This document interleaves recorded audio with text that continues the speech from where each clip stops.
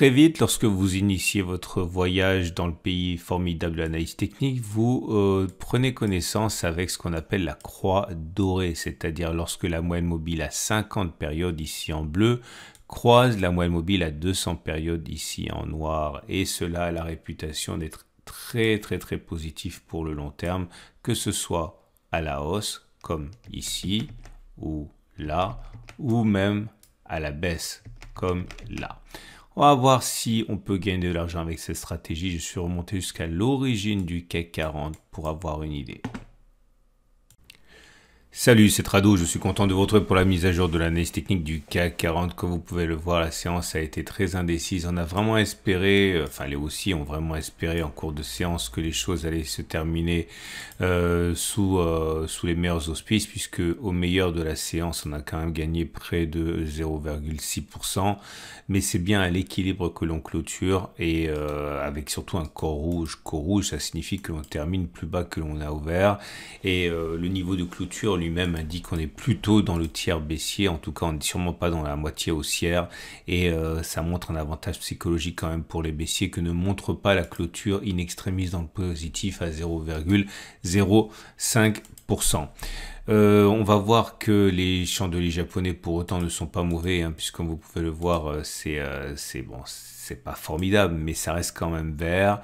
Il y a mèche haute, mèche basse, ce qui veut dire que c'est pas super haussier, mais ça reste quand même plus haussier que baissier. Attention, les bougies, les blocs Three Line Break montrent qu'on est toujours sur un régime de bloc rouge, hein, c'est-à-dire que tant qu'on n'aura pas clôturé significativement au-dessus, hein, en l'occurrence ici à 7550, eh bien on sera toujours finalement dans une correction haussière, dans une vague baissière, hein. Donc méfiez-vous, hein, le Three Line Break a tendance quand même à bien filtrer les petites évolutions, et pour l'instant ça reste quand même un soubresaut haussier, hein. À noter également au niveau du graphique que on s'extrait in extremis de cette bande jaune ici, et cette bande jaune est importante parce qu'elle est solide, et si elle est solide c'est parce que c'est un support mensuel. Regardez, on le voit bien, c'est la zone qui était résistance, qui a été cassée, qui a changé de polarité et qui est donc théoriquement devenue support. Donc même si on peut s'enfoncer dans la zone jaune, normalement elle doit donner du fil à retordre au baissier, hein. Ça sert à ça quand même, les supports et les résistances, en particulier lorsque c'est tracé sur une unité de temps supérieure. Ça permet de voir quand même le sens de la marée et ne pas s'arrêter au clapotis, hein.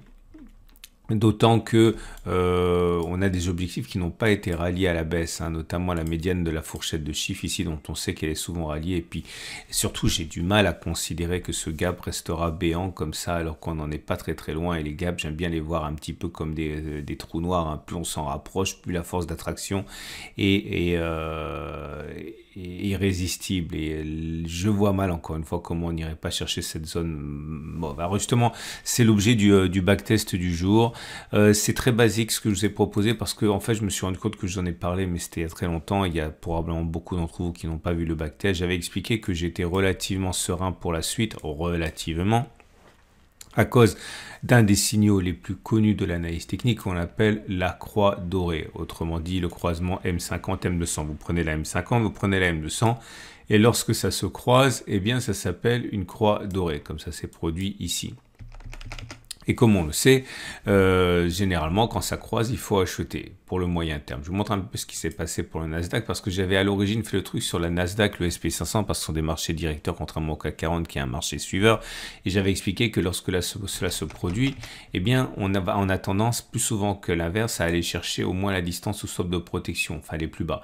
Le signal a été donné sur cette bougie-ci, vous voyez, et vous prenez la distance au plus bas, c'était 12,43, et j'avais expliqué qu'on avait plus de chances de faire plus 12,43 que moins 12,43. Et vous voyez, on les a fait, on a fait 12,62, donc on les a fait cette séance, hein, enfin la séance précédente. D'ailleurs, vous remarquez, hein, j'en profite parce que j'y suis, le Nasdaq vient d'inscrire un plus haut en clôture, hein, qui n'a pas été fait depuis le 22 août 2022. Hein, donc, bon, forme quand même étincelante pour le Nasdaq. Donc, je reviens à mon CAC 40. Et comme vous pouvez le voir sur le CAC 40, eh bien, l'objectif n'a pas encore été rallié. Et regardez sur le CAC 40, le signal a été donné sur cette bougie Alors attendez, il faut faire les choses précisément. Ici, c'était cette bougie-là. Vous prenez la distance au plus bas, qui est là, c'était 15,50 et on a fait au mieux 13,82. Autrement dit, si on applique cette règle, on devrait faire au moins voilà, 7700 à peu près. Ok, donc on n'a pas atteint l'objectif. Alors est-ce que c'est légitime sur le CAC 40? C'est ce que j'ai regardé pour vous. Alors je suis remonté jusqu'à l'origine du CAC 40. Et j'ai regardé si effectivement on pouvait espérer que l'on atteigne cette distance au stop de protection. Et là, vous voyez, ça a été le cas. Le 10 novembre, on a fait un croisement M50, M200. C'était sur cette bougie-ci. Bon, on peut le faire à la louche parce que de toute façon, c'est clair qu'on les a fait. Vous voyez, il fallait faire au moins 33% vers le haut. On a fait beaucoup plus. Hein. Attendez, je vais remonter un petit peu en arrière pour qu'on voit mieux. Voilà.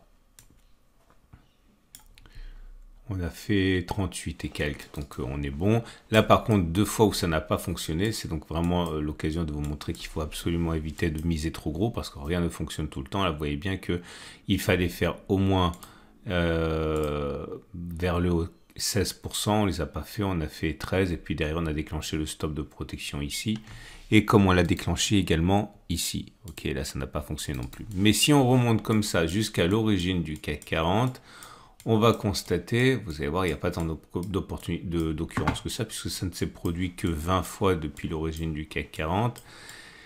Et voilà, c'est terminé. Et donc, sur les 20 occurrences où cela s'est produit, 15 fois, effectivement, on est allé chercher au moins la distance au stop de protection et 5 fois, ça n'a pas fonctionné. Donc, est-il logique, légitime de penser qu'on pourrait baisser, mais qu'à terme, au-delà des évolutions de court terme, on devrait monter et aller chercher l'objectif? Eh bien oui, encore une fois, 75% des cas depuis l'origine du CAC 40. Alors c'est pas beaucoup, 20 occurrences malheureusement, mais on voit quand même qu'il est plus légitime de parier sur ce scénario plutôt que de parier sur le scénario inverse. Donc je fais les choses bien. Si l'objectif il est de faire 15,50 vers le haut, ça nous amènerait à peu près voilà sur le niveau précisément des 7692. Ça veut dire encore une fois que si vous avez des objectifs baissiers, peut-être qu'il faudrait considérer d'avoir des objectifs baissiers limités. Et si vous avez des objectifs haussiers, ben, vous voyez jusqu'où on peut légitimement penser que l'on montera, à savoir plus haut que maintenant, vers voilà, encore 3% à peu près à faire au-dessus. Hein. Donc voilà. Ce qui nous amène donc aux autres éléments. Alors, la moyenne mobile à cette période maintenant, elle est ascendante et on est au-dessus. Donc, la tendance immédiate, elle est haussière. La moyenne mobile à 20 périodes, elle est descendante. On est en dessous. Donc, la tendance générale est baissière. Attention, croisement M7, M20 aussi à venir. Ou alors non-croisement baissier qui est très mauvais. C'est-à-dire quand la M7 fait semblant d'aller croiser la M20 mais qu'elle continue vers le bas. Et ça, c'est un signal baissier fort qui nous permettrait d'envisager d'aller chercher la médiane de la fourchette dont j'ai beaucoup parlé et les éléments de résistance ici. Vous avez compris, et ça fait 3 fois que je le dis, hein, aller les toucher, ça semble carré, ça semble possible, mais au regard de ce qu'on a dit, on devrait avoir encore une impulsion haussière derrière. Hein. Donc la moyenne mobile à 50 périodes, elle est ascendante en dessus, donc la tendance de fond est haussière et la tendance de long terme est haussière. Et franchement, elle est très haussière puisqu'on est vraiment au-dessus de la M200 qui monte. Hein. J'ai oublié de dire merci à celui qui me l'a signalé dans les commentaires YouTube, il se reconnaîtra, le SAR avait été cassé. Là, j'ai pas été très vigilant, le SAR a été cassé sur la bougie d'hier. De vendredi, et on sait qu'on est censé clôturer plus haut que la bougie en question où on a clôturé, et là on a déjà fait, alors c'est rien, 0,05%, mais en tout cas ça a été fait aujourd'hui. Rien de nouveau au niveau des autres indicateurs techniques si j'ai bien regardé, et on va donc terminer avec l'Ichimoku, et l'Ichimoku nous dit que ça reste, on va dire, disputé, la tendance de fond et haussière parce qu'on est au-dessus du nuage. La Kijun, elle est au-dessus des cours, mais à son contact. Ok, donc c'est plutôt neutre. Et la Tenkan, c'est tout aussi neutre, hein, puisqu'on est au-dessus de la Tenkan, mais celle-ci descend. Donc voilà, tendance de fond haussière, tendance générale et tendance immédiate, plutôt neutre. Et on va terminer avec les trades du jour.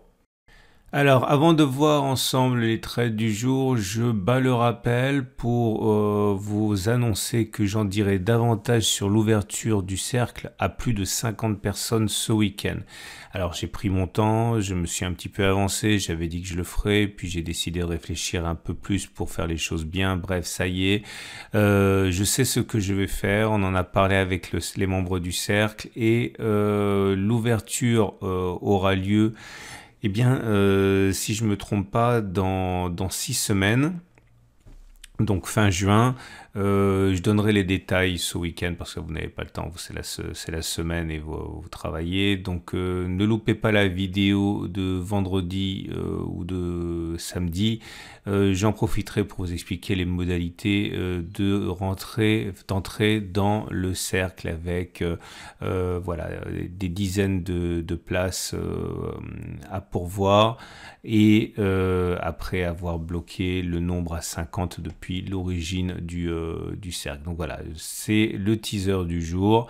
Vous pouvez déjà regarder à la fin de cette vidéo dans l'onglet incrusté ce que j'ai à dire sur les archives du cercle parce que ça vous donne une idée de ce que nous faisons et on va donc passer au trade du jour. Donc voilà le trade du jour.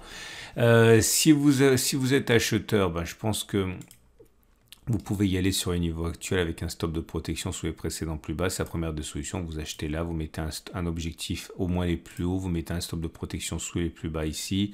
Vous avez un ratio gain-risque 1,5, c'est bien. Maintenant, si vous pensez qu'il faut avoir un petit peu plus de marge de manœuvre pour pouvoir supporter une attaque baissière, il faut viser plus haut. Il faut partir du principe qu'on va aller et qu'on va sortir de cette fourchette et qu'on va décoller vers le sud. Mais dans ce cas, on peut se permettre également d'avoir un stop de protection plus éloigné. Donc je dis n'importe quoi, mais en imaginant que votre objectif ce soit 5% avec un stop de protection, non, ça irait pas, vous voyez, parce qu'il faudrait... L'idée, c'est de mettre le stop de protection sous le gap, sous le support ici. Mais en fait, l'idée surtout, c'est qu'il faut envisager que l'on continuera de monter derrière et là, ça marchera. Mais il faut au moins que le ratio gain soit de 1. Et maintenant, si vous voulez spéculer à la baisse, eh bien, c'est pas interdit, franchement, puisqu'on a vu qu'il y a des éléments qui militent pour une dernière impulsion de baisse, à aller chercher 71-30. Et là, on est bien, puisque comme vous pouvez le constater, si vous entrez sur les niveaux actuels et que vous visez donc les 71-30, vous avez un objectif à 3,8 et un stop de protection, mettons ici, large, au-dessus des plus hauts à 3,2. Vous avez un ratio gain-risque de 1,2, donc ça marche aussi. Quant à moi, vous le savez, je ne prends pas position pour l'instant. Je suis toujours flat et on verra. J'attends. Je veux qu'on monte plus ou je veux qu'on descende encore davantage. Je suis pas pressé de toute manière. C'est une excellente journée. Vous avez plein de vidéos à regarder. La préparation de votre retraite, la protection de votre pouvoir d'achat, de votre patrimoine avec de l'or, la préparation de la semaine de trading, investir quelques pourcentages de son portefeuille en crypto, tout ça c'est déjà en ligne. Je vous souhaite une excellente journée et pensez à regarder le programme du cercle parce que comme ça vous verrez à quoi vous pouvez vous attendre si vous faites partie de ceux qui sont intéressés par une intégration du cercle. À demain pour la mise à jour.